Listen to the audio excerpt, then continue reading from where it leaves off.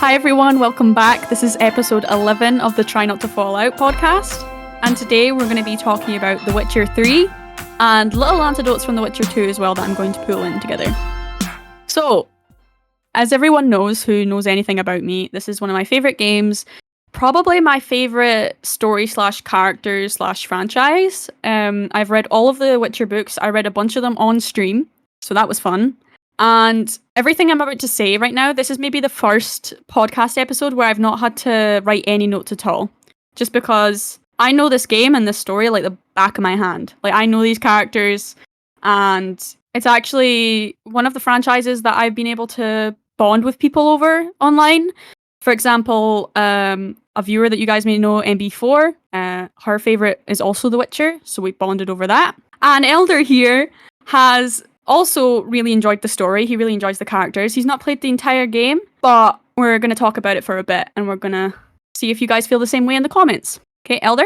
Yeah, my thoughts on this game was my first introduction to the Witcher series was The Witcher 3. Funnily enough, how I came across it was the Angry Joe review on The Witcher 3.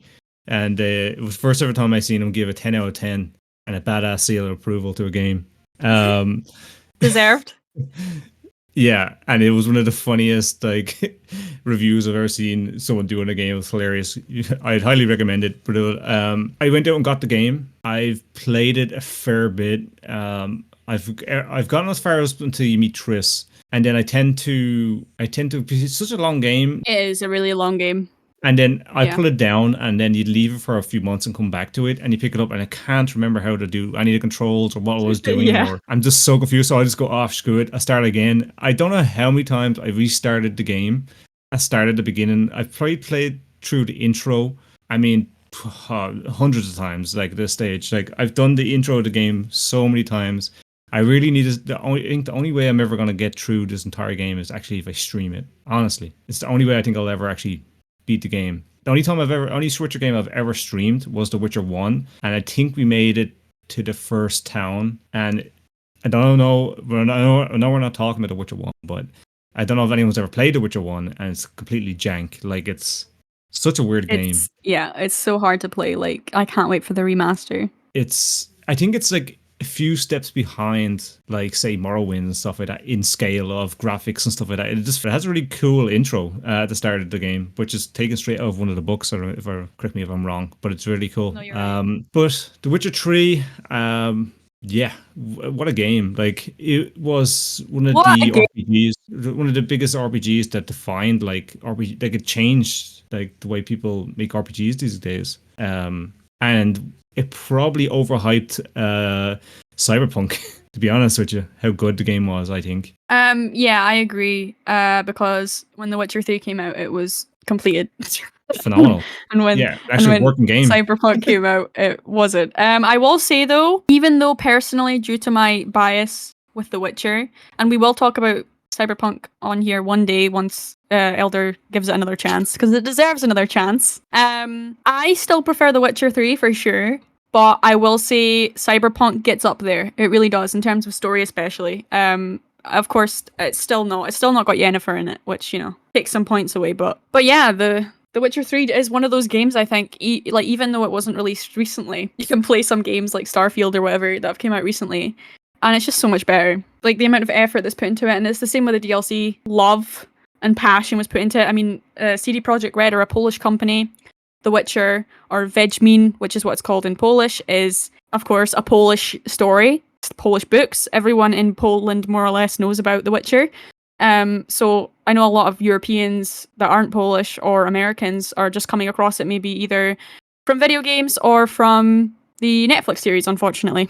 But it has its roots, and you can tell that the people who worked on it were super passionate about it. And that's one of the reasons why I think it's really up there in terms of games, because even though graphically, like graphics-wise, you can tell it's more recent, it still has the passion that old games have, which is rare. And the voice acting's really good, even though I don't like Geralt's voice actor because he sounds like Batman. Polish dub is great.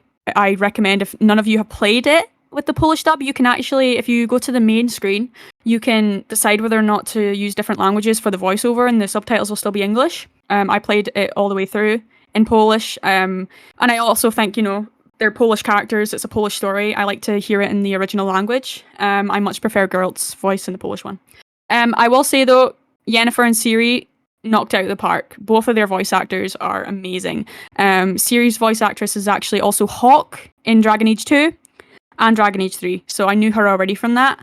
It didn't hit me until like halfway through the game though, that I was like, wait, I know her voice from somewhere. Would you say the Polish versions are still very good too? Yeah, oh no, for sure. If you were like, all of the Polish voices are spot on, and I feel like it makes sense because I feel like if they weren't, the Polish audience would maybe massacre them because it means so much to them. You know, like The Witcher means so much to the people over there. So no, they're great, and it's kind of funny, like Yennefer's voice, which I feel like Yennefer's got the perfect voice for her character, and when you hear it in the Polish, it's almost the same. It's weird, like she speaks with the same tone and everything.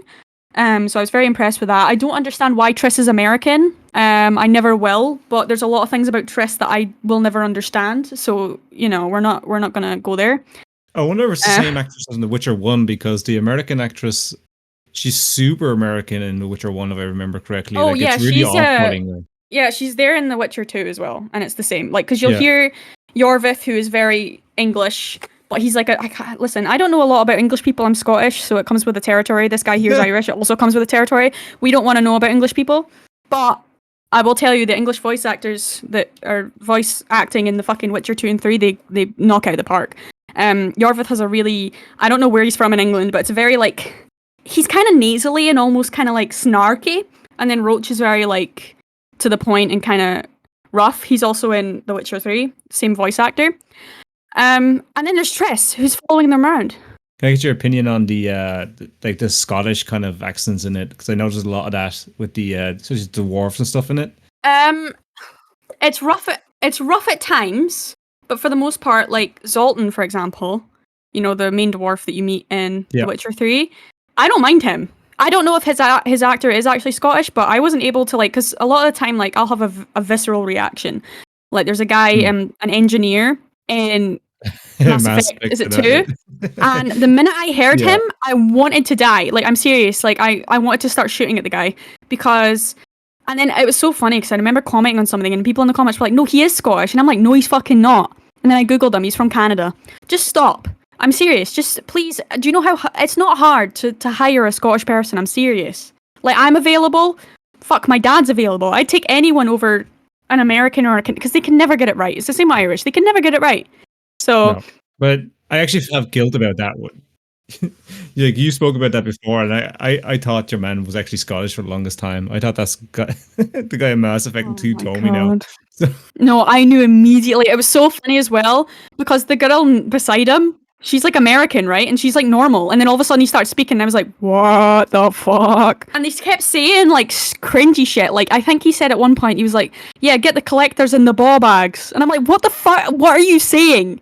Like, this was written by someone who has never met a Scottish person in their life. I'm like, he's like saying shit that they think Scottish people say. I'm like, oh my god. I'm honestly, I should be thankful that fucking Cerberus didn't put him in a kilt, you know, because I'm at that point. Anyway, that's not what we're talking about. Zoltan's voice is fine. I don't know if his actor is Scottish or not. I can't remember, but it didn't occur to me at any point that I was like, oh, I don't like that. So I'll give him that as well. All the accents in The Witcher, other than Geralt and Triss, are great. They all feel like real people. Like, I heard a lot of people saying that they hate Geralt's voice actor, the English one. Yeah, so the voice actor he's American, and if you were to listen to him normally, it's kind of like you won't understand this, but Misha Collins is an actor and he plays Castiel in Supernatural, and he's got a very, very gruff voice. But if you hear him normally, it's completely different. The only difference between them is the fact that it matches, like, it sounds fine. Like, it sounds natural. Until you heard him, you wouldn't know he sounds like that.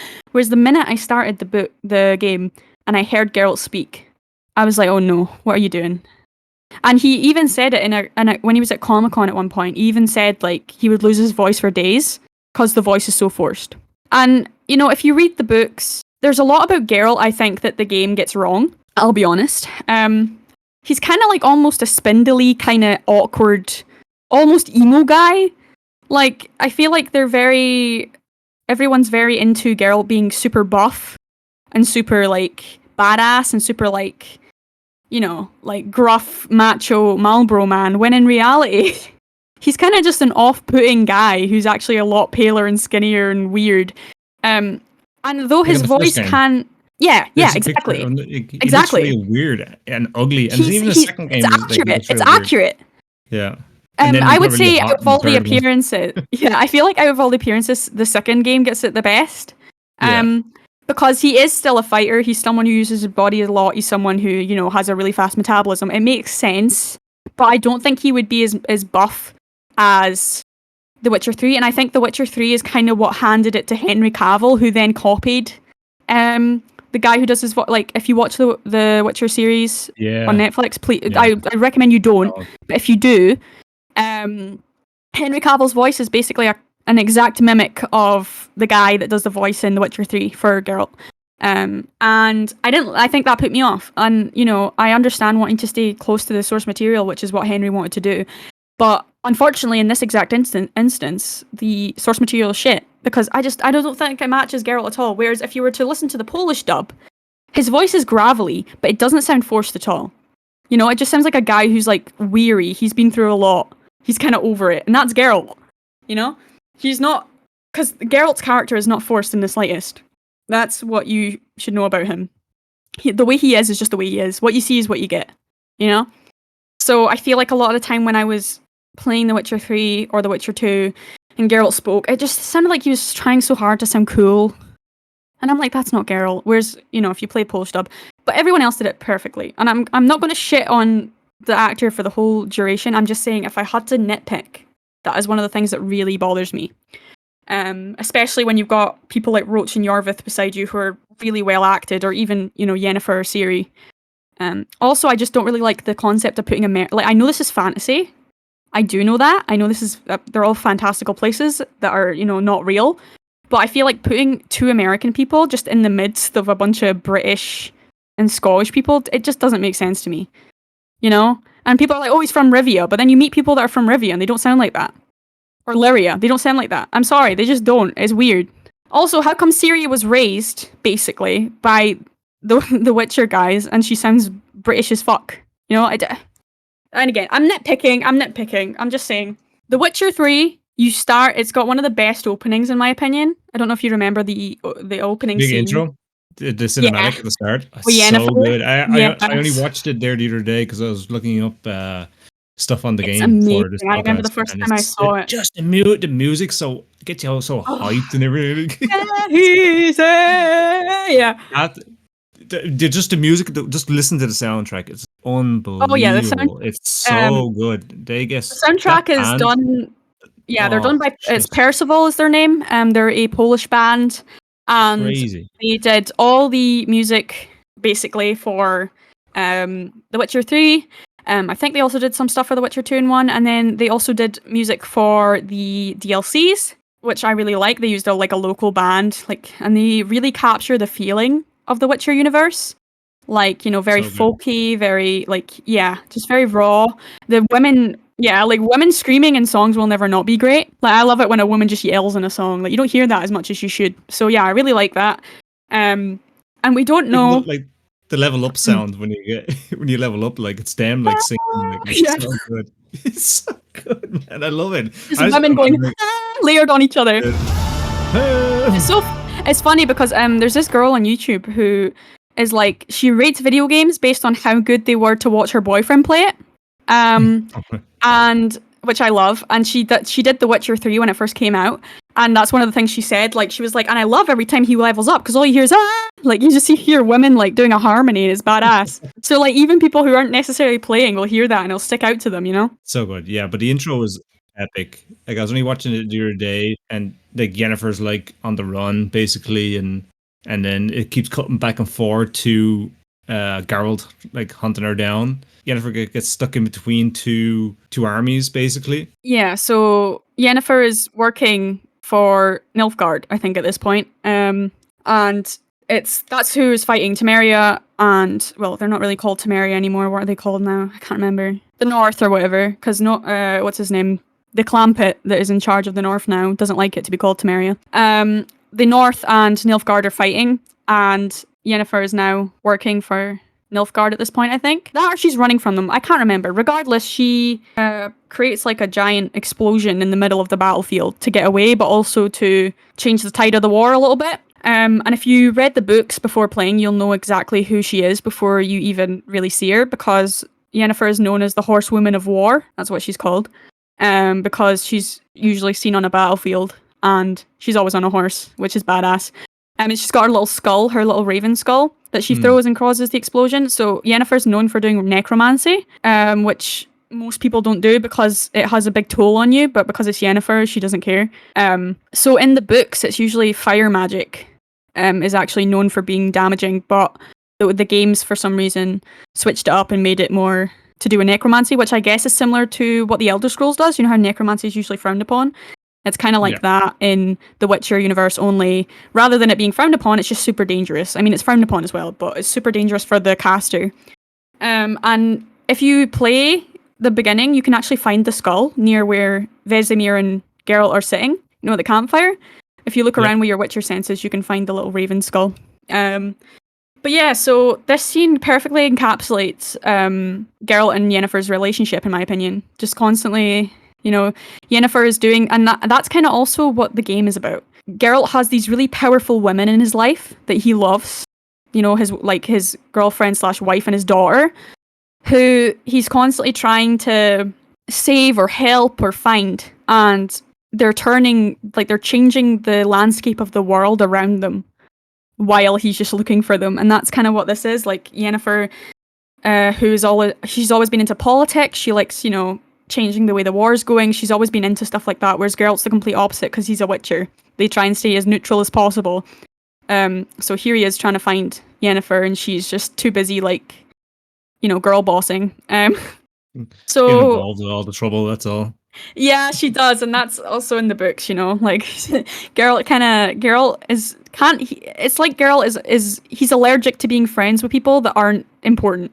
It's funny. He doesn't mean to, but everyone he surrounds himself with are like, you know, they're so important in the landscape of the world, and then he's just there like, oh my god, oh, another thing, which is why it's so funny. Like, having a protagonist that's just so, you know, he just can't be arsed, and I love him. He's great. Yeah. Like, even from the get-go, he's like, fuck's sake, what's she doing now? And even Vesemir's like, because another thing about Geralt is that he has a very soft heart. He's very caring, even though he doesn't appear that way. And time again, he is told by Vesemir or fellow Witchers not to get involved with things because they're not meant to, but he always does, because he cares. And that's kind of like also a reoccurring theme. So Vesemir's like, you know, just come back to Kaer Morhen where the Witchers stay, you know, don't chase her, she's probably involved in some bullshit again. And then Geralt's like, no, I need to find her. And then Vesemir's like, for fuck's sake. So Yennefer sends him a letter, and they read it over the campfire after he's had a nightmare. And the nightmare he has is about young Ciri and the Wild Hunt. And this is kind of the main, obviously it's called The Witcher 3, The Wild Hunt. So this is the main focus of the story, is that his daughter, who isn't related to him, but might as well be, she has been running from the Wild Hunt. So there's a lot of lore that I could go over, but I don't think we have time. Like, literally, it would be like maybe a 5-hour video just going over it. Yeah. But basically, Ciri is her name, and she has, in her blood, she has like magical powers in her blood. She was born to Emir Va Emrys, which is a emperor guy, not very nice to her. I like him a lot in The Witcher 3. His voice actor was Charles Dance, which is huge, and he did a great job. He's in Game of Thrones. Yep, he is in Game of Thrones, and he's a badass, and he's a badass in the game too. His character model is he's a bit too sexy for me. Like, you know, really? Really? Like, when he's on the screen, I don't want to be thinking about, you know, that, but I couldn't help it. And also, why did Geralt get so close to Emir's face? Why do men do that? They're so homoerotic. Like, they were like, I'm making a gesture right now. You can't see me, but like, it's like, you know, when you put your fingers like slightly apart. That's how far away they were from kissing each other. It was ridiculous. Anyway, Ciri's getting chased by these giant elf men. Elves in this universe are really weird. Like, so basically everyone that's in this universe isn't meant to be there. So this world, like, it just had elves on it. But then, I can't remember what it's called. The collision of spheres or some shit happened. And basically, people that weren't meant to be there are there now. So humans didn't exist in this world before. And elves have they've kind of went into two factions, kind of like the Irish. Only their actual, like... Only their actual, I mean, I'm gonna be real, the beef with them is kind of similar. They look different, though. That's where it differs, because half of the elves went to the astral plane, which is where the Wild Hunt currently live. And they're basically, like, I think the shortest guy you're gonna find that works for the Wild Hunt is, like, 7 foot. Like, they should be playing basketball, like, professionally, but they're not. They're too busy trying to kill Ciri. Ciri is related to Lara Dorren, who is a famous elf, who was super powerful, and she is basically an ancestor of her. Ciri is really complicated. She never wants to be where she is. Like, I feel like Ciri is constantly handed cards in her life that she doesn't want. She thinks of Geralt as her dad, and she really loves Geralt, and she wanted to be a Witcher, but things kept happening, and eventually she had to go on the run again. At the start of the game, I think he's having this nightmare mainly because Ciri brought him and Yennefer back from the dead. So in the last book, they die together. And she brings them back to life somehow. I can't remember. It's just a long story. I think they made it up mainly for the game. But they're back to life now. Geralt hasn't seen Yennefer since this time. So I think that's the main reason why he's like, fuck, I need to find her. She's near me, you know? And Ciri's just too busy running away from the Wild Hunt. So he has a dream about that. He wakes up. He's like, you know... He's creeping out. Vesemir's like, can you calm down? He reads a letter that's from Yennefer and they talk about having sex on a unicorn. Very weird. I don't know. Yennefer's kind of weird. She's a bit weird, but you know, they match each other's freak. And then he goes to find Yennefer. He does a few side quests, you know, monsters in the area and White Orchard, blah, blah, blah. Eventually, he meets a guy who's in the tavern and he just looks like a normal guy. And he speaks to her and he's like, have you seen Yennefer? But he doesn't say that. He just says, have you seen a woman with this description? And then the guy goes, oh, you mean Yennefer? And he's like, how the fuck do you know that? And then he goes, oh, because of Dandelion's ballads. And Geralt's best friend is a bard who's super famous and secretly a spy. But he likes Geralt, so, you know. So they find Yennefer. Yennefer shows up after he gets into a bar fight with a bunch of locals. And Yennefer's like, oh, you need to come to Vizima because the Emperor wants to see you. And, you know, any other time Geralt would be like, no, fuck you. But because it's Yennefer, he's like, sure. So they go, and then that's when the homoerotic weird standoff happens. I don't know, did you bow to him or not? Do you remember that part? I bow to no man. Yeah, okay, so there's a part where... I always love that, because his servant guy is like, you're going to get me whipped now for this, or whatever. You know? Which he did, yeah, but I like it when you do bow, though, and then Emir's like, I thought you didn't bow to anyone, and then he went, yeah, but I'm friends with the guy, what's it called? Your servant, or whatever, you know, I didn't want him to get in trouble. But, the reason why Emir likes Geralt so much, or lets him off with so much, is because of that constant defiant behaviour, and also because Geralt and Emir know each other, because Emir used to be cursed, and he basically became a hedgehog guy. Very funny. He became this monster guy, and Geralt was the one that helped him lift the curse. So they've got our history there, which I find really interesting. Geralt have a history with a lot of people, though. Geralt has a history with everyone because he's a whore. Geralt is a whore. Let me just put that. He's very old. Like he's he's like him. He's not as old as Yennefer. I think he's about over 100 now. Yennefer's like 200, 300. Everyone in this is mainly like, even Emir. Emir's got elf blood in him, as most Nilfgaardians do. So they age slower. So Emir's probably also about like 80, 90. So yeah, everyone in this is older than they seem, except Ciri. I think Ciri's quite young still. Yeah. But anyway, so yeah, they have that, and then Emir's like, "Can you find my daughter? She's in danger." And then he's like, "I mean, yeah, because it's Ciri. I would have done that anyway." Because Emir's a dumbass. So when it comes to Geralt, he's a dumbass, and Ciri. So there begins the plot of the story. He's going to, Geralt and Yennefer want to get their kid back from the Wild Hunt. So begins this giant saga where Geralt goes everywhere trying to find Ciri.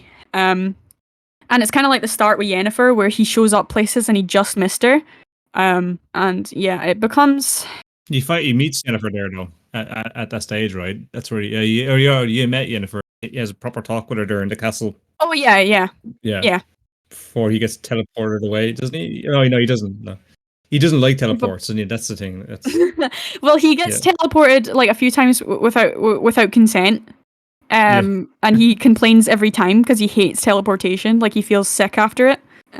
Because there's a few times like where so at this point Geralt goes to Velen, which is basically Scotland, and then Yennefer goes to Skellige, which is basically Ireland. And then Yennefer's like, okay, I'll teleport us. And then he went, no, fuck you, I'm not getting teleported again. Go to Skellige and I'll meet you there once I get information. So he goes to Velen, which is basically a place where the war had already happened. The place you saw in the start with Yennefer on the horse, and the big explosion. That was near Velen. So Velen is completely like a wasteland. Like, the whole place is like ruined.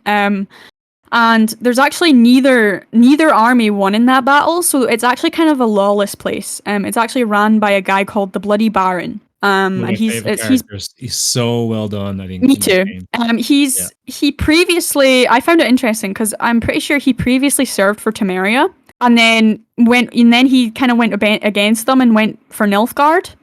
So now he's working for Nilfgaard, and he kind of does what he wants. He's got like a wee gang of also ex-soldiers, ex-military. And I will say it's very like a feel of like a mercenary. He kind of goes to the highest bidder kind of thing or whatever, you know? Oh, yeah, and that's how a lot of them are. The people who are kind of dissuaded by, they don't want to be in the war anymore. They don't believe in either side. So they kind of just, stick around for the money, really. Yeah, so they just try and get by, basically. Which we find more and more in the Witcher world is very difficult. Look, there's a lot of people who are in poverty, a lot of people who are struggling. The one thing I'll say about the quests in this game is you start off thinking it's going to be simple as like, think of it like a Bethesda game where you go in and you go fetch this or find this person for me or such and such, or go kill these people for me. But it's so much more complicated than that. Like, he's like, his wife is missing. Isn't that what's wrong with the Bloody Baron when you first meet him? So his behavior is due to the fact that he's looking for his wife and his daughter. And if you look around Velen, you'll find like there's missing posters everywhere for them. One thing that stood out to me almost immediately is the fact that the Bloody Baron is so different from the men in his like squad. The men in his squad are kind of bastards. They're not very nice people. If you stay around the village long enough, you'll see them like raping some of the women that live there and like stealing from things and like forcing them to give over their food and their rations and stuff. Whereas the Baron is a genuine guy who just misses his wife and his daughter. Obviously, it's more complex than that. But I don't think the Baron's a very nice guy at all. He's nicer than his people in his charge. He's nicer than his people, but when you really dig into it, you tend to find out that he's still a bastard. He bet his wife. There's no one. There's no one in this game that is good. No, I'm just getting this out. But the Baron's a bastard himself, and like, but Geralt doesn't give a fuck. Like, he's just trying to get answers, and he is a genuine guy. It depends what. But the minute you leave, like at the end of the quest, when everything's done, and you can choose two choices. And either the Baron goes with his wife to try and get her healed because she's got like an illness that makes her, her mental state isn't there. You can either do that or you can leave him and then he kills himself and you find him hanging from the tree in the place that he occupied. Regardless, either way, the men that were in his charge, they take over and immediately the whole place falls apart. And numerous people will tell you that if you talk to different people, like they needed that guy, and the minute he left, it was to shit because no one there knew how to lead. He's not a great guy, but he's the best person for that situation that's in the area right now. But I don't know. My emotions were very complicated with him. Like he kind of drew me in, and then he threw me out, and then he drew me in, and he threw me out. It was very like I still beat him up. Like, there's an option, of course, because Geralt is a big feminist. Geralt loves women. Geralt, like, you know, he's a what's it called? A daughter dad. You know, where it's like a dad who's like, you can tell they've got a daughter. That's him. Like, he's so, like, he's the first person to stand up for women. And he's like that before he finds Ciri. He's just very, like, you know, he's got his head on the right way. So the minute he finds out about that, then you get the option to beat the Baron up, and I always do. I'm always like, I want to see Geralt punch this guy in the face, and numerous times. And just that quest, like, when you find his wife and stuff like that, oh my god, like, it was so good. The witches. And then having to dig up his aborted baby that he caused the abortion for, low-key. And then it's like the ghost that kind of flies through the town there. Yeah, what's it called again? I can't remember. Oh, it starts with a B or botchling. A B. Yeah. Botchling. So he, like, Geralt forces him to name the daughter and, like, bury it properly. Which is also, it's like a common belief in a lot of cultures. Like, in folklore, a lot of people believe that's what happens to babies that aren't, you know, buried properly, because I think the baby was quite close to term, so it was quite sad. And then you find the wife, and you realize, like, you know, when you're using your Witcher senses in the room, you find out about the fight, and there's just a lot of things that they aren't what they seem. And then my biggest thing that I didn't enjoy was the fact that his living daughter, the fact she joins that cult. What's it called again? The Blazing Sun cult or whatever, you know, the people that are killing the witches and stuff. Yeah, and they're obsessed. They're in the first game too, I think.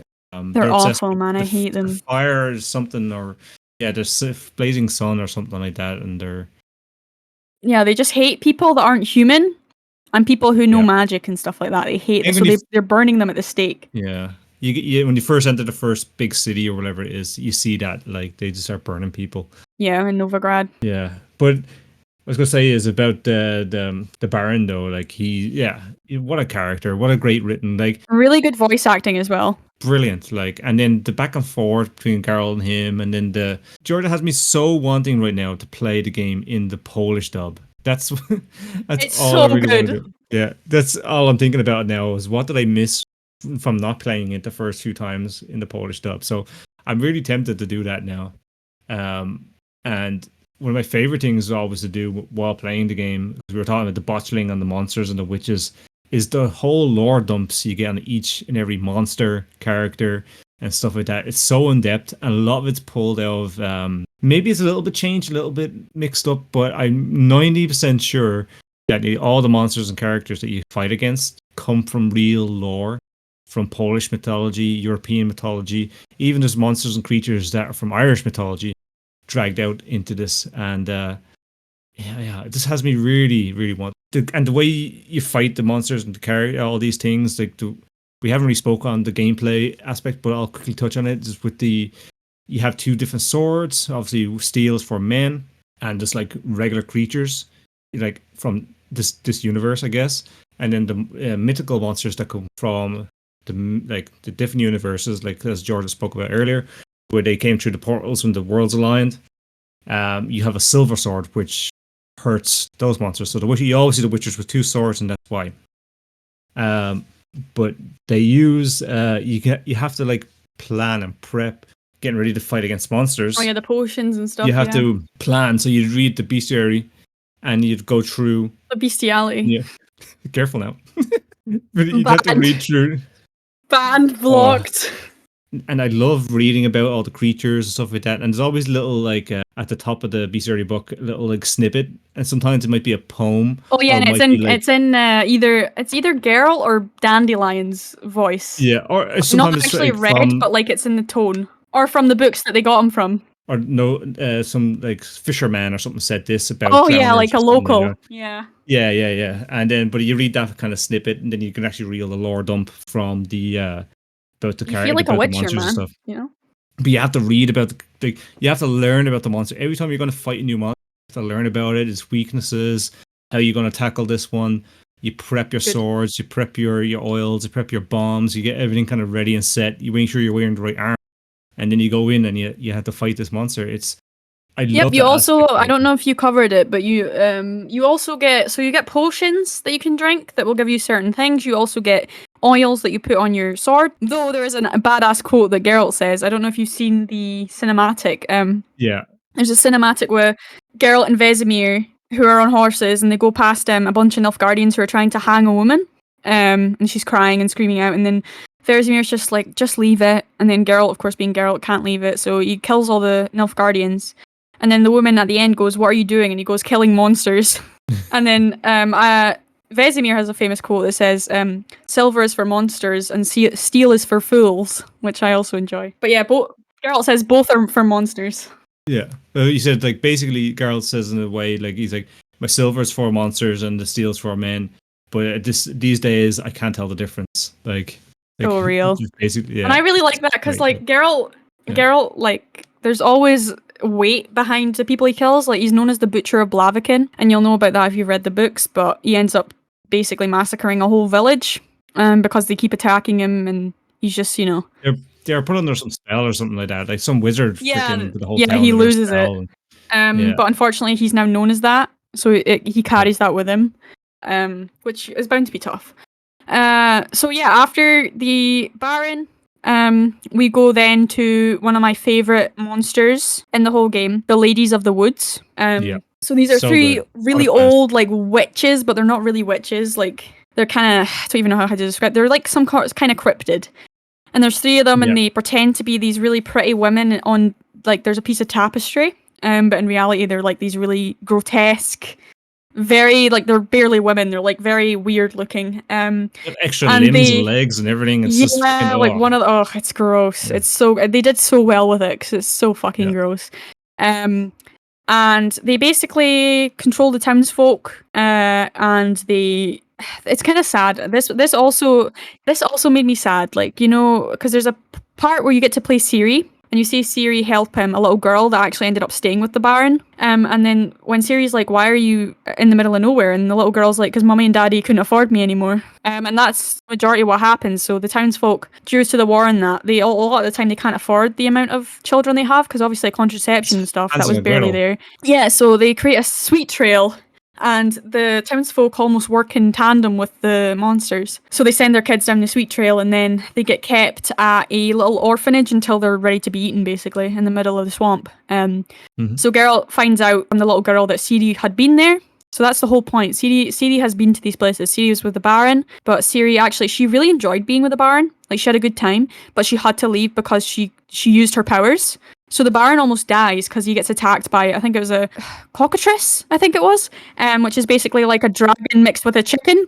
And Ciri fucks it up. But unfortunately, Ciri, to be able to get to the Baron in time before he died, she had to use she's got this power where she leaves a green mist, and she kind of teleports, like she runs towards someone, and she uses like a dash. So she can teleport to you. And she uses that, but the problem is every time she uses that, the Wild Hunt can sense her, because it's ancient magic, and only they can detect it.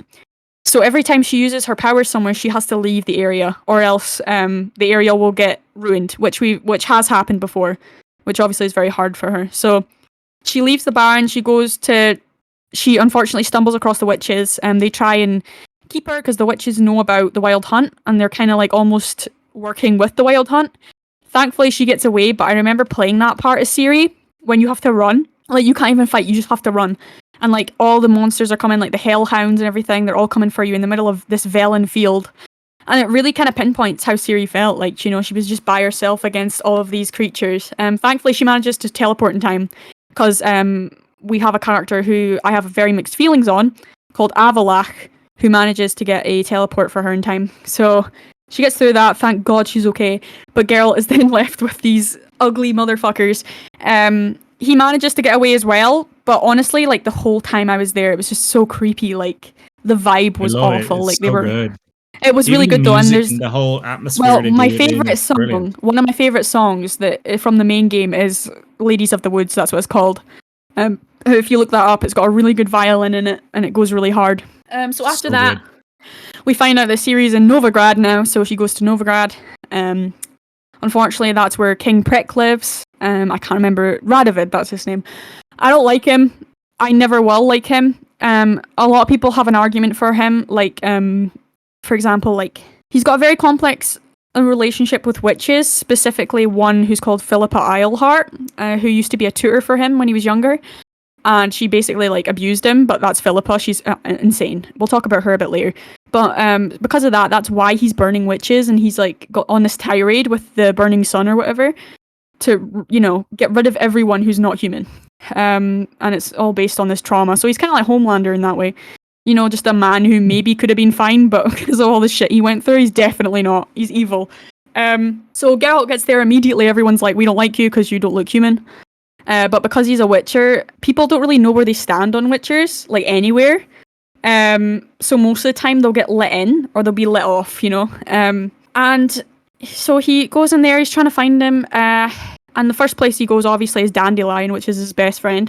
And then he finds out Dandelion's missing, which obviously isn't ideal. And then basically there's a big story where it finds out, basically there's a guy called Riggy Suvin, who's actually called Dijkstra, and he was a spy for Temeria. He's now kind of doing his own thing like everyone else, only I feel like the game really fucked him up. If you've read the books and you know about this character, you'll know how dirty they did him. Because he's basically like the smartest person ever. That's basically his thing. He's just so intelligent. So why the hell would he go against Geralt if he's so smart? So you end up kind of saving Dandelion. You find out that Dijkstra wants to take over and take Radovid's place. But to do so, he has to get through Roach, which is a old friend from The Witcher 2. Roach is a bro. I love him very much. He is one of the only people that stands by Geralt no matter what he does. So if you kill Roach in this, you are a bastard, and I don't like you. There's also mentions of Yorvith now and then, but unfortunately he didn't get put in the game. I think that was either because they were rushed or something. It was something to do with the actual inner company and something that happened, because he was meant to be in. They mentioned that numerous times that he was meant to be there. So they fell short. So he finds Dandelion. Dandelion says that Ciri had been in Novigrad, that she had tried to help him, and the last place she'd been was in one of the houses of the local gang, and I really hated this guy, the Whoreson Jr. Did you get to this point? Do remember it, alright. I remember trying to get to the stage. So I don't think I got much further than here. This is as far as right. Okay. This guy, sounds very familiar. It's the gangs that wear like Joker makeup, you know, and go around shirtless. Right. Yeah. So out of all the gangs in Novigrad, they're the worst because they're known for like abusing women and, you know, doing like prostitution with them or against their will and all sorts of awful things. And Geralt goes into this is one of the most satisfying scenes in the whole game. He goes into the place and he finds out that Ciri had like a standoff with Whoreson Jr. And he'd like hit her, but like when you go into the place, it's filled with dead women. Like this guy is fucked up. Like he like massacres them and stuff. And oh my god, this scene was so badass. Like Geralt just like completely decimates this guy. Like he just won't stop. You can tell. Like it's very rare that Geralt shows genuine emotion on his face, but when he does, it's crazy. So Geralt like beats him up. You can choose whether or not to kill him. So usually I kill him, but I found out that actually if you don't kill him, he ends up being a beggar on the street and he gets like abused by the other gangs, which I think is better because it's like, why give him a swift death when he can suffer more? So again, it goes cold, and they eventually manage to get this like it's like a device basically that Whoreson Jr. had, and it's like a magical device, and it has a message from Avallac'h on it, or it tells them where her next place was, and it was Skellige, which is where Yennefer already is. I know I've kind of skipped Triss, that's because I don't like her, but you come back to Novigrad and you meet Triss. Triss is there. She's hiding because they're killing all the witches.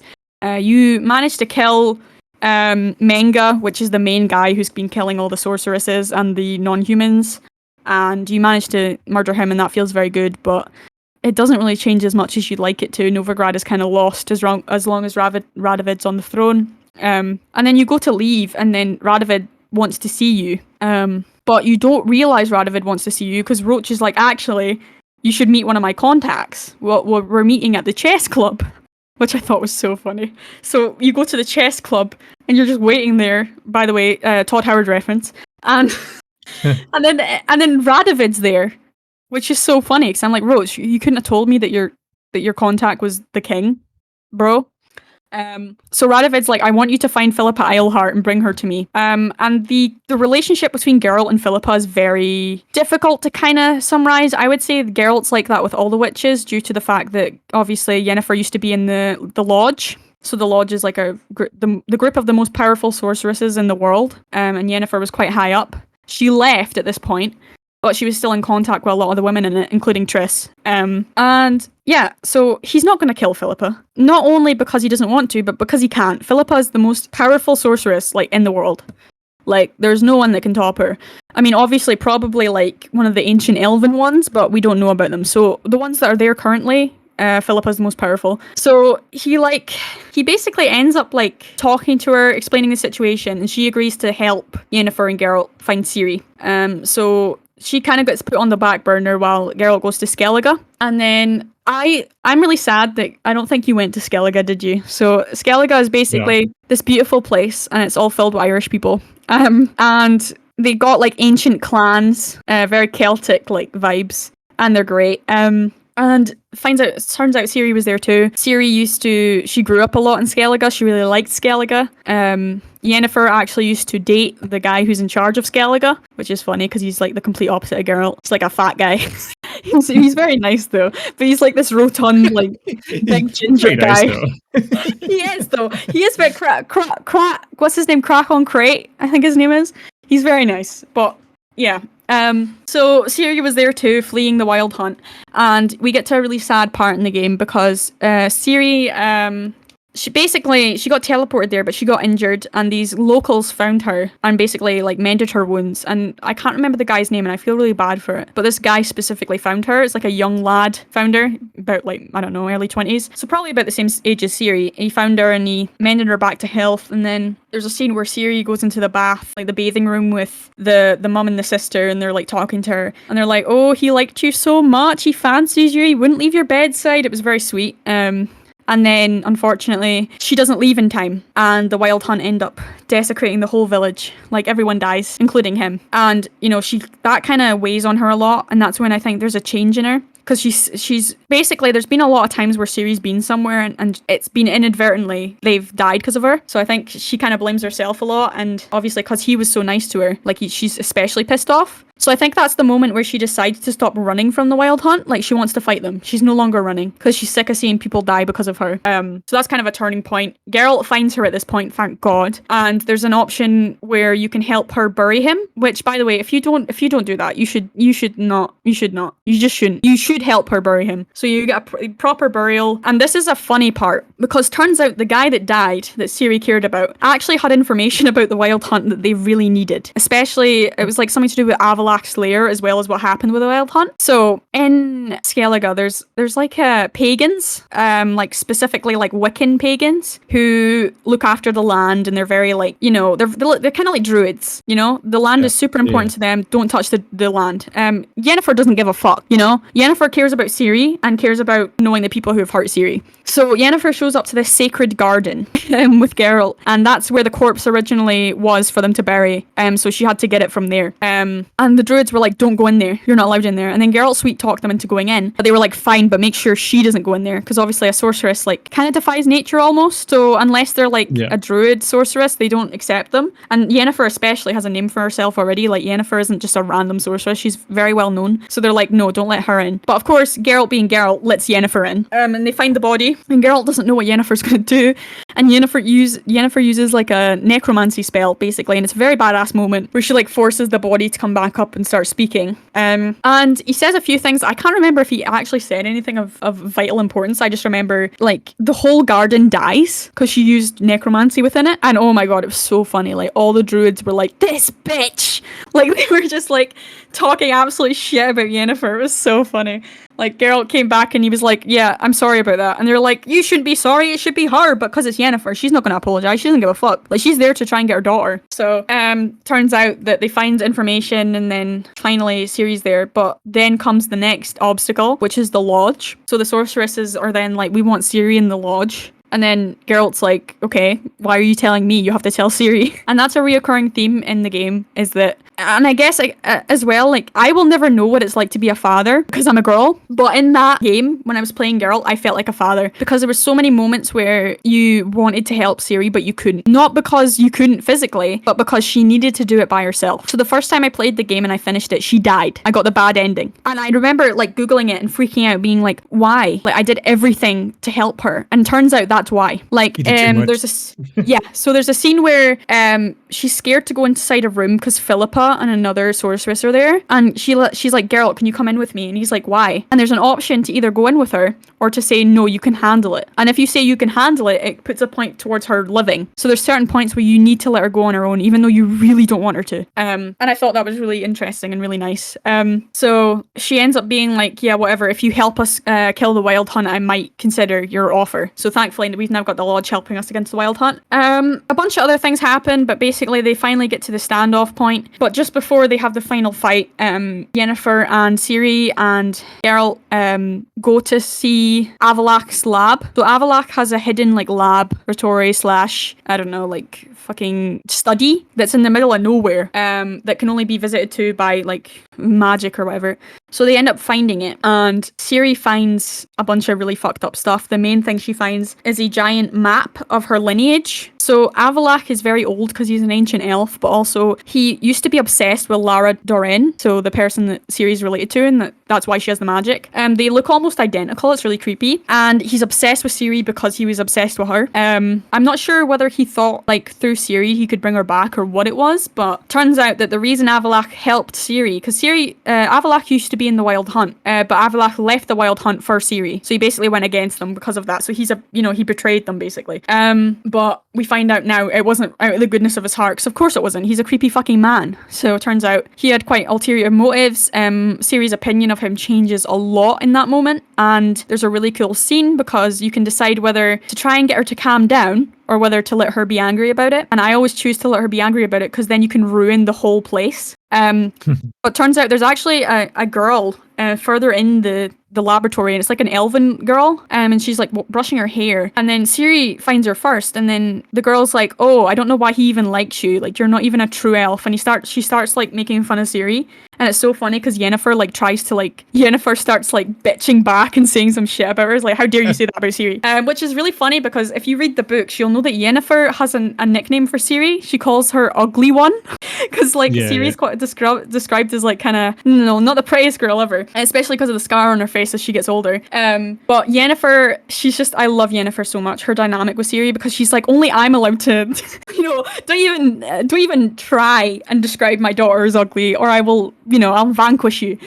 So the girl like teleports away, and Ciri's like, I've had enough. So they start destroying everything. And then Geralt starts helping her destroy everything. So it's so funny. Like there's a scene where like Geralt and Ciri are just kicking things over, throwing vials of stuff, like destroying the place. And then Yennefer stands there and it looks as if she's not going to join in, but all of a sudden she gets a pen and like draws like a funny mustache on a picture of Avalak, which is great. So it's like a very family moment. Like they're just like tearing the place up. After this we go to it's the Battle of Kaer Morhen first, right? And then, if I'm remembering correctly, so they decide to have a battle at Kaer Morhen because they think that because Kaer Morhen is a place that is like far away, it's secluded, that it's going to be safe. So they all get ready and get ready to battle. Roach is there if Geralt asks. Letho's there if Geralt asks. So these are all people that you would have known either from the previous games or the books. So they're all there. Yorvith should have been there, but that's for another episode. And the battle does not go well, because the Wild Hunt are extremely strong. Yennefer is really cool in this scene because she uses this spell. So Yennefer's on the roof while everyone's fighting down like the way. She's got this giant like sphere that she creates that covers the whole of Kaer Morhen and makes it so that a lot of the magic from the Wild Hunt doesn't work, which I thought was really badass. And Ciri, it's funny because Ciri's told to stay inside, but she refuses. So there's a part where it looks like everything's going to shit, and then all of a sudden Ciri shows up and starts decimating them, which again is a recurring theme where it's like, let her do it, even though you don't want her to get hurt. So a lot of stuff happens, and unfortunately Vesemir ends up taking a blow for Ciri, and he ends up dying. And this sets Ciri off to the point where she uses one of her powers by mistake. So Lara Dorren had this power where like if you're taken over by grief or like a really strong emotion, you can start like, she basically starts screaming while she's crying, and the scream is so powerful that people's ears start bleeding, and she starts to like summon the frost, so the white frost, so everyone freezes and starts screaming. And the main guy for the Wild Hunt, whose name is I can't remember because I don't like them, He tries to reach for Ciri regardless of the fact that she's currently like screaming and almost killing people because she's so overstricken by grief for Vesemir. And the guy who's the main navigator for the Wild Hunt ends up creating a portal and pulling him out, so they got away just because of that. So Ciri eventually calms down. Avallac'h uses a spell on her that makes her calm down, and then it's a really sad moment. I think that it was, out of all the ways Vesemir could have died, I think protecting Ciri was the best way. So I think that He is like granddad kind of. Yeah, he's the old one. Yeah. So they all like put him. They create like a wooden structure and they burn him and then they put him out to the water. It was really nice. Avallac'h is a bit of a bitch in this scene because like they're all there staring at the body burning and Ciri's really upset, and then all of a sudden like Ciri storms off because Ciri's really pissed off, and she picks up Vesemir's amulet. You know how all the Witchers wear an amulet? Picks up Vesemir's amulet and she like storms off and she's like, that's it, I'm not running anymore. So like now she's like going to take the fight to them rather than making them come here. So then Avallac'h turns to Geralt and he's like, okay, once you guys are done crying, like he says something along the lines of like, get over yourselves, we've got stuff to do. And it's like, shut the fuck up, you bitch. So that's, you know, like I went from liking Avallac'h to like hating his guts at the end of it. It was so funny. So Avallac'h's like, you can't fight them, and the Ciri's like, yeah, I can, and they're like, no, you can't, yeah, I can. So there's like that constant struggle. Eventually, they all agree that they're going to go to this place where it's like a place in Skellige, where they can fight or something like that. The fight happens. It's really badass. You get to play as Ciri, which I really enjoyed. The small moments I could play as Ciri, I really enjoyed it. Her power is so fun to use. And in this scene, you didn't have to worry about using it because obviously before you'd have to worry about using it in case the Wild Hunt came. Whereas in this scene, it was like a random place, so you don't have to worry about it. So like she one taps everything. You feel so powerful. Doesn't matter what difficulty you're on because she's just so strong. And then eventually she ends up fighting this guy who's known for teleporting. So it was really funny because they were like out teleporting each other. So it's like a boss fight. And then it ends with basically him walking up to her. And she's like on the floor, she's almost dying. And then he like goes to one-shot her and then she teleports behind him suddenly and kills him. It's very badass. But then we don't see where she goes, so, like she vanishes. So then Geralt is killing like the main guy from the Wild Hunt. I also forgot, I just realized when he goes to Skellige, he's not immediately alive. You actually end up having to go to this place. It's like the Isles of Mists, I think it's called. And there's a really heartbreaking scene here because when Avallac'h like gives him something, it's like this glowing orb, and he's like, when you're near Ciri, it'll start like leaving without you and you have to follow it. So Geralt goes to Isle of Mists and he finds out that Ciri had been found by a bunch of dwarves and they had like put her on a bed in like one of the houses because they thought she was dead. And it turns out she was dead. So you walk in as Geralt and it's such an emotional scene. Like there's no dialogue whatsoever. He just opens the door really slowly, like he's scared to see her. And honestly, like I've never cried so hard at a video game, I don't think. Like Geralt just slowly walking up to her and like holding her and rocking back and forth like he's crying. Honestly, I was like, what the fuck? Like I was so mad and so upset. Like it was so sad. And then all of a sudden the orb comes out of his pocket and goes into Ciri and she wakes up again. I was like, you fuckers, you absolute bastards, making me think Ciri was dead. I was about to storm their HQ. I was like, like seeing Geralt like that, it really hit home. It was so emotional. And the music, there was like a really slight like violin in the background. I was like, I can't believe you. So that's when they leave and they go to fight the Wild Hunt together. So yeah, they managed to kill the Wild Hunt. It's not easy though, but they finally manage. I'm really glad that Geralt got his just desserts because, at the same time, like it wasn't just his fight. It was Ciri's fight, but it was his as well because of the history he has with the Wild Hunt. So I really enjoyed that. Yeah. Issue is now though, he kills the guy, but he doesn't know where Ciri is. Ciri's vanished again. And it turns out Ciri and Avallac'h had went to this place. And you think that Avallac'h is going to kill Ciri. That's what Geralt thinks. So Geralt goes with Yennefer. Yennefer uses it's the place where there's so the Wild Hunt summons frost. The place they go to is completely covered in frost. So without Yennefer there to create a shield around Geralt, he would have died. So Yennefer and Geralt go together and it's up this kind of hill. And the symbolism behind Yennefer and Geralt going up a hill to get to Ciri was great. Because that's literally the whole premise, this family that's trying to get back together again. And finally they make it to the top, but Yennefer can't go with them because she has to keep the magic or whatever up. So Geralt goes, and you see Ciri and Avallac'h, and they're standing there beside a mirror, but it's like a portal. And when you look through the portal, it's like a place that's completely just covered in snow. And basically, the white frost, which is the only thing that Ciri can stop, it's like an event where the world ends is about to happen. So even though they killed the Wild Hunt, they couldn't stop the White Frost. So Ciri has to go and stop it. But the thing is, the chance of her living is really slim. So this is a really pivotal moment. It really all comes to a head here. And it's so sad. Because Geralt's like begging her. Like, Geralt's like, please don't do this. And she's like, but I have to. Like, no one else can do it. But obviously, to him, Ciri isn't like, you know, a savior or whatever. He's his that's his daughter, you know? So he's like, please don't go. Please just stay here. And then he tries to fight Avalak, but then Avalak kind of refuses to fight him because he's like, this isn't about me, this is about Ciri. And then there's a great line as Ciri's about to go through the portal. She looks back at him and goes, you're just a witcher. How are you going to save the world? And then she goes, this is my story, let me write it, you know? And then she goes in and I'm like, oh. And that's when you realise Geralt is never the main character. It was Ciri all along, you know? Because like, you're just a witcher. How are you going to, you know? And it's true. And I think that at that moment I got goosebumps, but I also realised like Geralt is kind of faced with the fact that like, you know, in the grand scheme of things, he's a little insignificant at times. Like he's not able to control, you know, how much his daughter, how much importance she has to the world, or, you know, and it's this helplessness feeling. And as you watch Ciri go through it, it's so emotional. And then depending on what you did during the game, whether you were, you know, too supportive or not, she dies. So there's 3 possible endings you can get. So there's one where I've got an opinion that a lot of people don't agree with, but that's fine because people aren't that smart. So there's one where she just dies and you're in Emir's office, because obviously the whole reason you realise Ciri was in trouble in the first place was because of Emir, because that's her biological dad, the Emperor. So you're in his office, and if she dies, like genuinely, Emir just says go and never come, you know, never be in my sight again, because if you are, I'll kill you.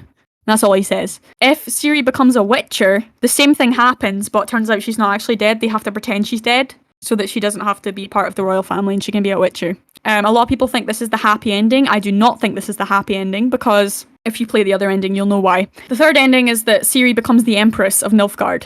And this one's really bittersweet because instead of the other two where you're in Emir's office telling him that his daughter's dead, you're in a field, like, and you're hunting, like, actual, like, rabbits. And Ciri's there with you, and it's like a very father-daughter scene. And then all of a sudden, she stops smiling, and Geralt's like, what's wrong? And then you look behind her, and the Nilfgaardian, like, a Nilfgaardian envoy's there to pick her up. And Geralt's like, you're not staying, are you? And she's like, no. And it's a very emotional scene. She hands Geralt her sword, and she's like, I realise that, you know, to change the world, I can't just be a Witcher. You know, whereas in this position, I have more power and I have more chance to change the world for the better. And it's a very emotional scene. Geralt kind of doesn't really talk much because he's just so emotional, and, you know, they have a hug, and it's just, oh. And then he just watches as she slowly walks away towards the Nilfgaardian envoy and then leaves. And there's it's that also what was not said, which I think is really hard to do, whether it be a movie or a video game or whatever, is like for the dialogue that isn't there, like the unspoken word, to mean just as much as what was said. And in this scene, that was done really well. Like Geralt just standing there in the snow, watching as his daughter, you know, goes to do incredible things, and he can't necessarily be part of that story. Very emotional, especially the symbolicness of, like, you know, her giving the sword to him and everything. And in that in my opinion was the best, because the way Geralt speaks to her depends on the ending as well, not just supporting her, but also, like, she'll mention her father a few times, and you can be, like, really mean about Emir. You can be like, oh no, he's a dick or whatever, don't go to him. Because she'll be like, do you think I should go and hear him out? But in reality, if you say yes, because it's up to you, then she decides to become Empress. So really, the only way she doesn't do that is if you withhold information from her. Which, in my opinion, the whole point of the game was to realise not to do that, right? To let her be her own person and make her own decisions. So to then be greedy, which is what it is at the end of the day, no offense, but it's a greedy thing to want Ciri to be a Witcher just because you want her by your side. And that's the whole point of the game, is to be like, you love this girl, she's your daughter, she's, you know, your child surprise, she's so important to you. But at the end of the day, she needs to be able to be her own person, because I feel like that's something that's been taken away from her constantly, you know? And you're told that if you do that, she's going to either die or she's going to be with you forever and it's going to be great, but is it really? Because she never got to make that decision by herself. So in my opinion, the Empress ending is the best ending, because she's given all the information, she's given all the cards, and she makes her own opinion and her own decision. And that's the best. Even though it is kind of sad for Geralt. I know it's hard for Geralt. But Geralt's a character where, like, he constantly has to say goodbye to people he loves. That's just part of his story. It's sad, but it's true. Like, time and time again, Geralt realizes that the people around him can't be there forever. And, you know, a lot of the time it's going to be hard and he's going to have to say goodbye to people he doesn't want to say goodbye to. And that's why I think The Witcher as well is really good for people who maybe either you've been through something in life or you're someone who doesn't necessarily like things to constantly be cheery and happy. Like, The Witcher is it's a world that a lot of things don't go the right way. You know, a lot of things are sad, a lot of things are hopeless. But it's a message about still going forward, you know? And yeah, it was a very impactful ending. Like, I got really emotional. I did all 3 endings. I did the Witcher ending as well. And even though it was cute, it didn't feel right, you know? Because I felt like had Ciri had the chance to speak to her biological father, she would have chose differently. But you kind of talked her out of it. So it never sat right with me. And obviously her dying is like a no-go. I'm not doing that. Yeah, very, very emotional. The game is amazing. They really took something that was already amazing from the books and managed to do it on a platform and in a different way, but still make it just as impactful. Yeah, in a respectful way. The only thing I would say isn't respectful is the fact that like CD Projekt Red for some reason made Triss the main character instead of Yennefer. Yennefer wasn't in the first 2 games. She was only really introduced in the last one. And the reason why Triss is so popular in terms of people dating her is because they don't know her. They only know her from The Witcher 1, 2, and 3 because she's always there. Like, they push her. They want you to be with her instead of Yennefer. Like, literally, the only time Yennefer gets to even plead her case is the 3rd one. So, for those who don't know, Triss is kind of a bitch in the books. She's best friends with Yennefer, but goes behind her back numerous times, mainly when it comes to Geralt. She's got this infatuation with Geralt, and a lot of the time it isn't returned. The only time it is returned is when Geralt ends up having amnesia, so he loses all his memories, and he doesn't really know who Triss or Yennefer are. And then when he finds out that he used to be really close with a sorceress, Triss is like, yeah, that was me. That was me you were close with, not Yennefer. So basically, their relationship is built on lies and deceit, and you kind of get there's a little bit of a reference to that when you go to her house, because there's a scene where there's basically a type of flower that you can give someone, the flower of remembrance, and it never wilts if you're both in love, and it's true love. But Geralt picked it for Triss when he was still going through amnesia, and then obviously in The Witcher 3 you find it and it's wilted. So that's another kind of, acknowledgement to that. Yeah, Triss never, set right with me, ever. Because I played the first game, and straight off the bat, I always got the sense that she's taking advantage of Geralt the whole time. No, she's really into him. Her whole thing. She's so into him, obsessed with him. I think at a stage, and it's not returned. No, it's not until obviously Geralt is made he's lost his memory at this stage and started the game. He's manipulated into liking her. Yeah, she just he thinks that these feelings that he has, he's basically manipulated into thinking these feelings are for her, but they never were. They were always for Yennefer. Even when Geralt, there's a famous scene, I can't remember if it's in the games, but it's definitely in the books, where he sleeps with Fringilla Vigo, which is also a member of the Lodge, and she's known for looking kind of like Yennefer. They both got very pale skin, they both got dark hair, and they have sex, and he ends up calling out Yennefer's name. So funny. And they end up, never speaking again because of it. She tries to kill him, which, fair enough. But it's always been about Yennefer for Geralt. Always. Now, even before, when you read the books, a lot of people are like, oh, it's because of the wish. So Geralt makes a wish with a genie or a djinn to save both of their lives. And basically the wish is I hope I'm never apart from Yennefer or something like that. And you also, if you want to romance Yennefer in The Witcher 3, that is basically what the quest is. Yennefer wants to talk about it. And when you talk about it, she's like, I want to break the wish to see if our feelings are real or not.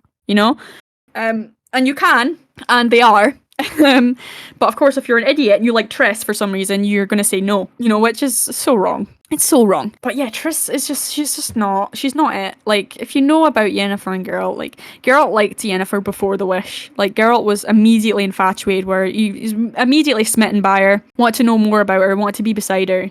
And then the more you learn about Yennefer, the more you realise that they're kind of perfect for each other. The more you learn about them and the things they've been through, especially when it comes to Yennefer, because Yennefer, she was born with a deformity, which made her spine weird, and basically she was very visually unappealing, and she basically went through a really torturous experience to fix her spine and to look different. And then on top of that, she then went through all the mutations and stuff to then become a true sorceress. because no one is born a sorceress. Same with a witcher. Yeah. So they kind of reflect each other, and they're both kind of like neither of them had like proper parents because of that. Like her parents sold her to the witch academy, whatever it's called, I can't remember, because they were poor. And then obviously Geralt had a mum, but very little is known about him. And then no kid that ends up being a witcher is usually in a good household or in a good situation. 9 times out of 10. Oh, yeah. He was left with to be trained there. Yeah, so there's kind of they reflect each other a lot in that regard. Of course, I think me and Elder mentioned this previously on one of the podcast episodes, like really just in passing. But they have this thing where they can never stay together for long. And I'm not sure whether that's to do with a wish or whether that's to do with just their personalities. Because Yennefer has a really strong personality, and Geralt is he does shit sometimes that's stupid, or, he's put in situations where he ends up having to kind of do things that cause ire from Yennefer. So they both kind of end up going their separate ways constantly. It's like a back and forth. They're never together for super long. And I think that I feel like, those couples that are together because of their kids. Do you ever hear about that? People who, like, the minute their kids are old enough to leave, they break up. I feel like maybe that's what they want. They wanted Ciri to be back so that they would feel more like a family again. But obviously, because Ciri becomes the Empress, then it becomes like, I think that's why they fade away again, because it's mentioned in the next DLC, Blood and Wine, when he meets Regis, the vampire. They talk about it briefly. And Yennefer even sends him a letter being like, hope you're okay. But even if you romance Yennefer, they don't stay together forever. They end up parting again. Because Yennefer's always interested in court intrigue and politics and stuff like that, and then Geralt's obviously not. So I think they just have a very different way of being. And they do mention maybe eventually settling down in a cottage when they're both like too old to do stuff, but I feel like that's obviously a long way away. Because they do still age. Like, they do still age, just very, very slowly. It's going to be a while, I think, before they're getting that cottage. But you spoke earlier about, like, the way you don't feel like the main character in the game. And that's one of my favorite things about the game, I have to say, is that you're a witcher and you're good at hunting, like, creatures and monsters and stuff like that. That's what you're trained to do. Like, you can't even really fix your own weapons.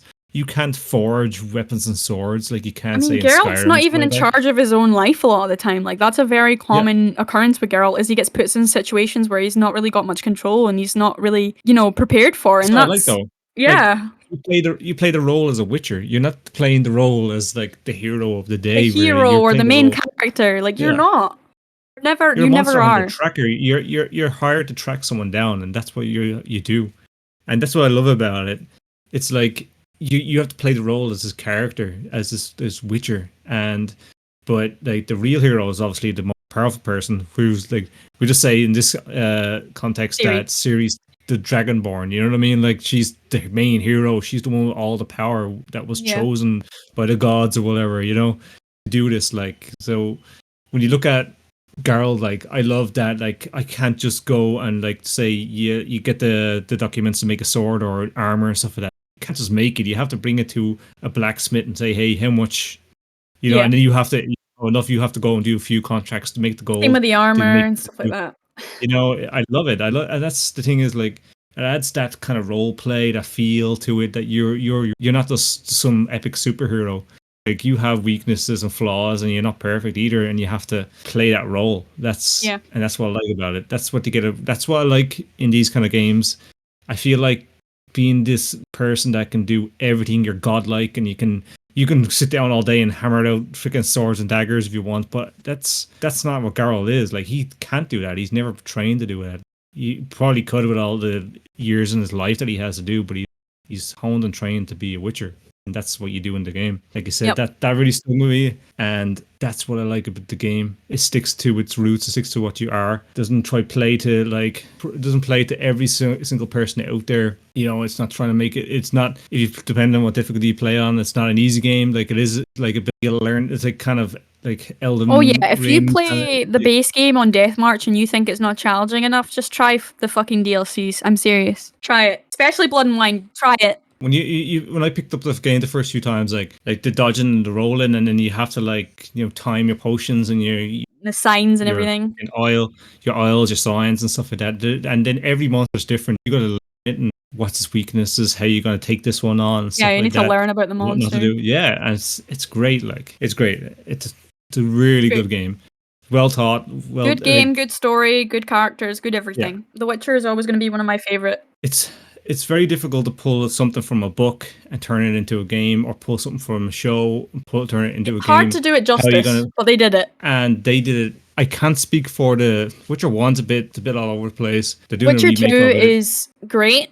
And I will give CD Projekt Red the fact that Yorvith and Roach, neither of those are two main characters in The Witcher 2, and neither of them are in the books, so they're completely made up by CD Projekt Red.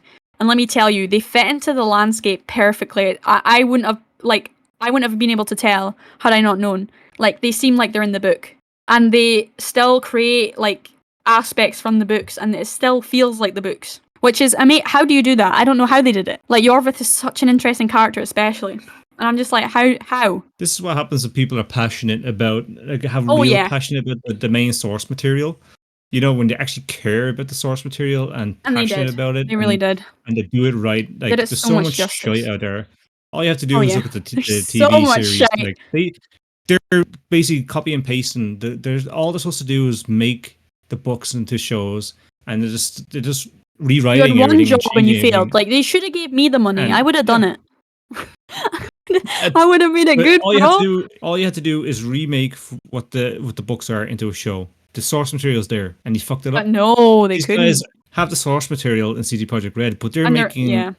It's after the book, so all these games are based adding, after not taking away. They're adding to it. They're not remaking the books. Whereas it felt like taking away the show. Yeah. So all I can say is, like, the guy that the mate wrote the books, he hated the idea. He hates video games. I love him though. Like, he's very funny. No, but he had no interest in the game. He's like, yeah, he sold it for like $1 million. Yeah, he wanted the money, but he was like, no, I don't like video games. But he took the money, and then they did this. The game did so well, like, it blew up, and then now The Witcher 3 like hugely blew up, and then he sued them then, saying he wanted more money and stuff like that. Yeah, because he didn't think it would do well. They actually gave him money. They gave him a ton more money for it, and say, yeah, fair enough. Like, he thought he was going to do great with the TV show. And then he's spitting all over the TV show, and he hates what they're doing with him. But he's the one that was helping at first and gave all the rights over to do the TV show. You know what I mean? And yeah, Andre, he was born in 1948, so he's basically how you would expect like an old grouchy man to be. He kind of reminds me of who's the main singer of the Smiths? You know when a guy's really cool when he's younger, and then he gets older and he turns into a completely different person. That's kind of what he reminds me of. I still love him because he made such interesting and beloved characters, but yeah, he's kind of I wish he went really hard on CD Projekt Red, and they did something really good with his material. And I know. Then these people, he was all behind them. Like, he didn't care about the video game, but he really cared about the TV show. What happened to the TV show? Like, come on, man, freaking tell them, put them in their place and sort them out, because they're ruining your source material. They're spitting all over it and shitting their ass, like, whipping their fucking shitty ass with it. Like, please sort them out, because I gave up after season 2. Like, I struggled through the first season. It was okay. Like, it was fine, I guess. And I guess that's all down to Henry Cavill really. But then the freaking second season came in, and they just freaking start killing off characters and start doing all crazy weird stuff. It's just give They it made up. Vesemir go against Ciri. They made Yennefer go against Ciri. Two things that would never happen. Like, Yennefer literally gives up Ciri in the series for power, because she loses her power. And I'm sorry, but Yennefer in the stories and in the game, she would rather kill herself than do that. I'm sorry. Like, she is such a mother to Ciri. She loves Ciri more than she loves herself. There's no fucking way. And then Vesemir, of course, would never hurt Ciri. So the thought is stupid. They made Eskel and Lambert evil in the series. This is something that I've realized recently. They made Dandelion gay. So Dandelion is like maybe the gayest straight man you'll ever meet. Like, he's such a bard. Like, he's such a womanizer. He loves women. All he talks about is women. He's very flamboyant, for sure. And the way he talks to girls, sometimes you're like, what's going on here? Are you fruity? But he's not. He's the straightest guy ever. So the fact that not only did they make him kiss a man in the series, but guess who they made him kiss? They made him kiss Radovid. Radovid. You know, the guy who's currently killing the witches and the non-humans that Dandelion's friends with? Yeah, they made him kiss that guy. You're pissing me off. I'm glad Henry jumped boat, bro.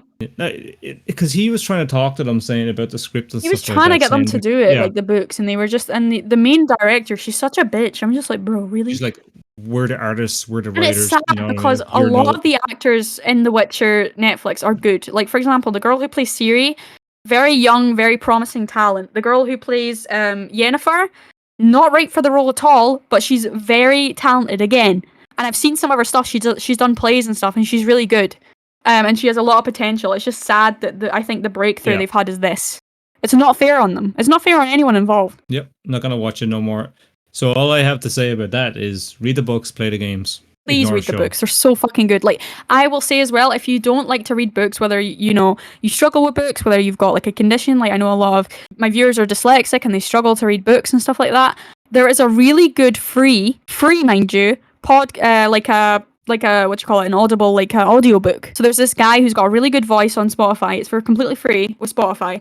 And he reads all of the books. And I actually listened to it a few times on like walks and stuff, and it's really good. And there's also some, I bet, different voices and stuff on YouTube as well. So I really recommend, if you can't read books, listen to the audiobook. It's worth it. It's so worth it. It's so good. And yeah. So yeah, Witcher 3, you have me wanting to play this game now in the Polish. It's so good, man. Oh yeah, I do recommend language. If none of you have done that, try and play it in the Polish, because, you know, it's the mother language of the characters as well as the people who made the game, and it feels so right, and you'll realize that you can never go back to normal Geralt, because it probably makes more sense to play in that, because the whole thing is written in Polish, and it probably translates a lot better to the emotions. And the actors probably understand the characters better because they grew up with them, you know? Yeah. So I'm definitely interested in trying that myself. And one thing I want to comment on real quick before we end. I've said this numerous times on stream, and I've also mentioned it in YouTube videos in passing, but I will really give this to the guy who wrote The Witcher, whether it be the books or, you know, what they did in the games. I have never met a man who understands a woman truly, but these books really encapsulate what it's like to be a woman. Like the women he writes, especially like Yennefer, who's very complex, is really well done. Really well done. And same with Ciri, like there's a lot of parts, especially in the books, that kind of talk about really difficult things that women specifically would have to go through, whether it be like menstruation or like certain things in growing up, really vulnerable moments. He really does really well. So I have to give him that. I have to. And it's the same with the games. Like, it's really hard to find a game where there's more than like one or two really well written female characters, in my opinion. And this game, it just, you know, there's so many women who are badass in this game, and who are like not, because I feel like women in games have to be either really sexy or really nice to be, like, you know, for people to like them. Neither of those are necessary in The Witcher. Yeah, all the women are hot, but that's because they're evil fucking old sorceresses who want to look like bad bitches while they kill people. But there's so many complex characters in this that are women, and I really enjoyed that, and I really respected that. So, you know, if you're a girl who's sick of seeing stupid shit in games, this is also the game for you, because the women in here are complex, they're dynamic, they're well written. Yeah, and it's not none of this Marvel shite where they're just no, trying to make it's not like women get it like in the boys verse, like women get it done or whatever. Maeve, come back, you need to. No, it's not like that. It's not forced. It's not like they're not trying to be woke. They're not trying to be like, yeah, women are great. Ooh, they're not like that. It's realistic, you know. These books great. are a lot older than you think, guys, and this is way before that era of freaking. It's crazy, isn't it? Yeah. Like, I have to say, like, yeah, it just shows, like, this guy, he wrote this shit when, you know, when it was still a bit, you know. Ahead of the time. Yeah. Yeah, ahead of his time for sure. Yeah. Really ahead of his time. These characters are really well written, and they do a lot of respects to stuff like that. So yeah. And hats off to CD Projekt Red for creating it into a great game. Just perfectly taking the source material and running with it the way it works and plays perfectly into a game. So I gotta give them that. Like, hopefully one day we'll get you to play too, so we can talk about it. Yeah. Or maybe I can just send you clips, you know.